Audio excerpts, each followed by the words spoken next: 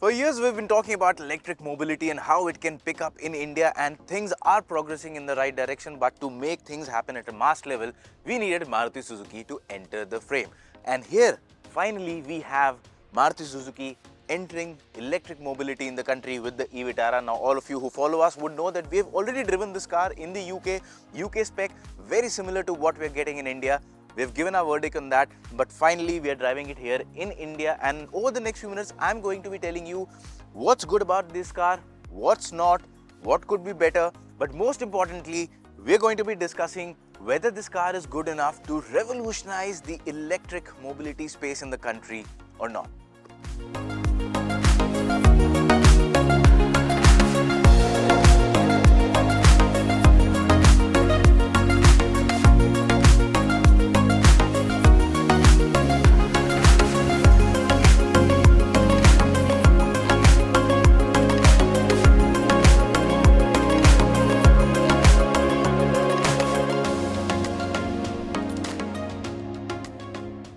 Now, starting off with the design of the Vitara, you'll see first of all, it's not something massive, it's not bulky, it's not huge. It looks compact, it looks neat. Up front, it's got a sleek design. It's an EV, so it's got a shut-off grille. The logo here up front, a lot of creases in the lower part of the bumper, and then these LED DRLs, the pattern. This is something that really stands out, looks smart, looks elegant at the same time. Even when you look at the side profile, the roof line, it's got strong lines, but it's not loud. And that's the thing about the Vitara. It's a nice looking design. It's easy on the eyes, but it's not loud, it's not shouting. And for a lot of people, that might work because it's not polarizing. So in short, I quite like the way it looks.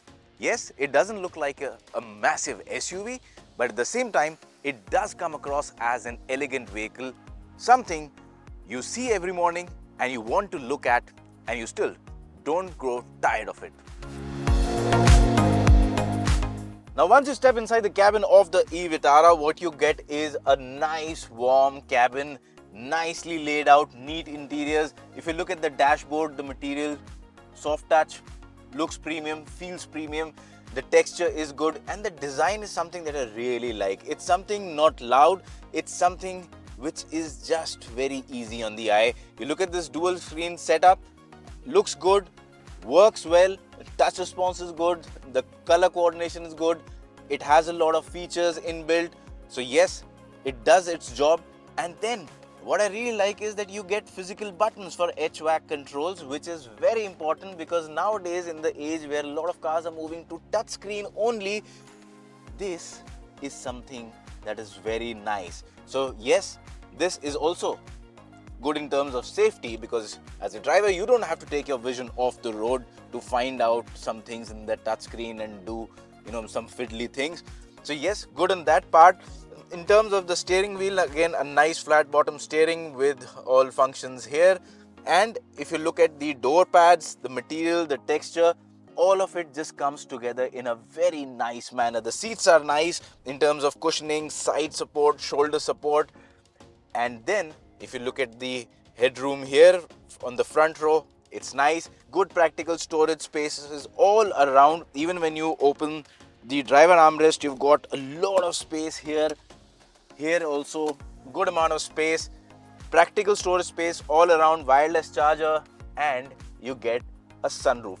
Yes, not a panoramic sunroof, but still a large sunroof, larger than the normal sunroof that you get in many cars. So from a front perspective, I think Maruti Suzuki has done a good job with the Vitara. It has everything that you need, and it is functionally really nice.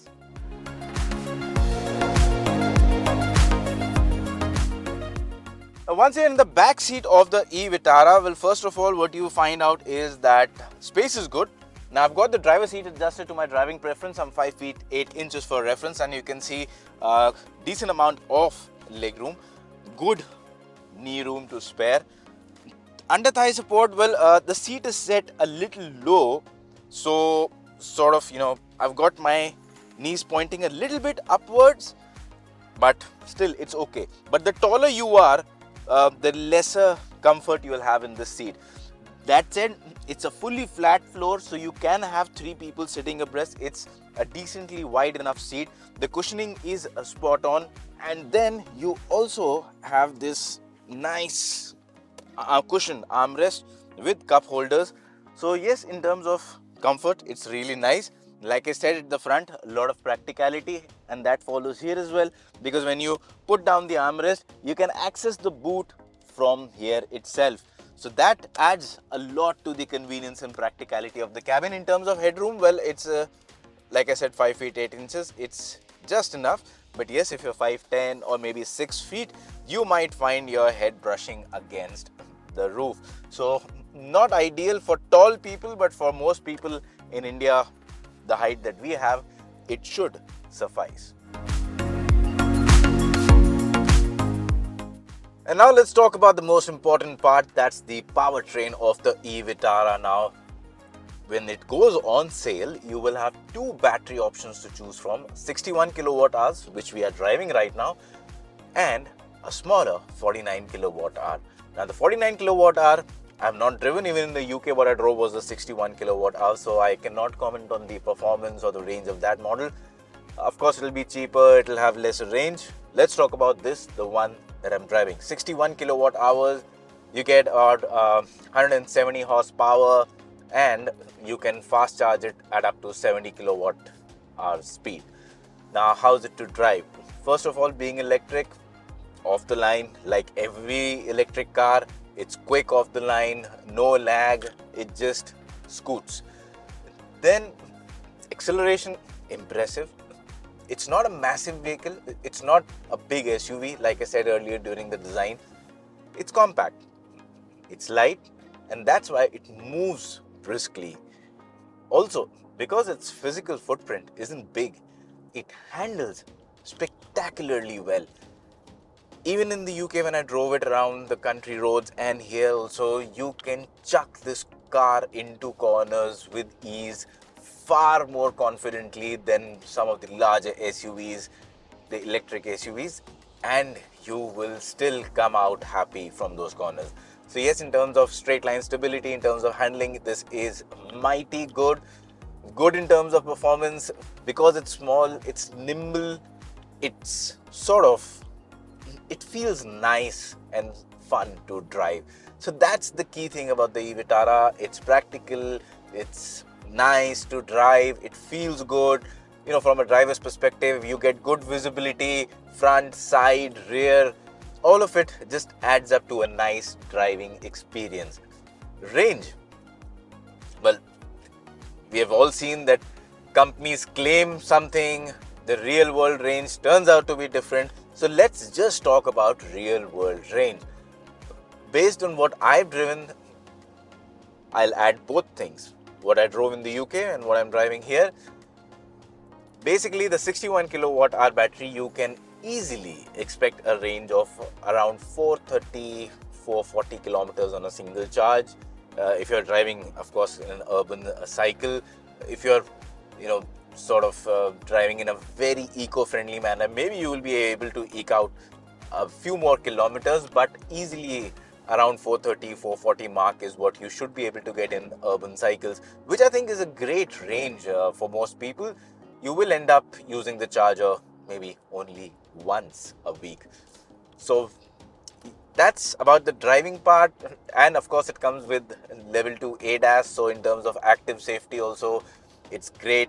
It's got all the passive safety features, and most importantly, it is a born electric platform. It's not an ICE platform converted to electric, and that's why you get a lot of benefits such as a fully flat floor, very sorted driving dynamics, basically a no compromise EV experience. So at the end of the day, should you consider buying the Maruti Suzuki e-Vitara or not? Well, first of all, the pricing. I don't know that yet because it hasn't been announced, but it will be announced soon.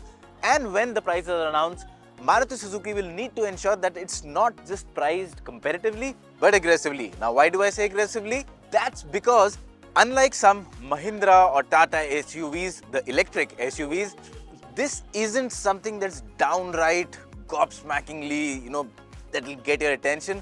It's a well-rounded, practical, efficient product. It's not something that will have you, completely gobsmacked. And that's why it needs to be bundled also with valuable propositions. So hopefully Maruti Suzuki will not just give it an aggressive pricing, but will also bundle in, maybe charging offers, maybe battery as a scheme, longer warranty, more benefits. And when all of that comes together, then along with the ecosystem that Maruti Suzuki is building in terms of EV charging, this will make a great proposition.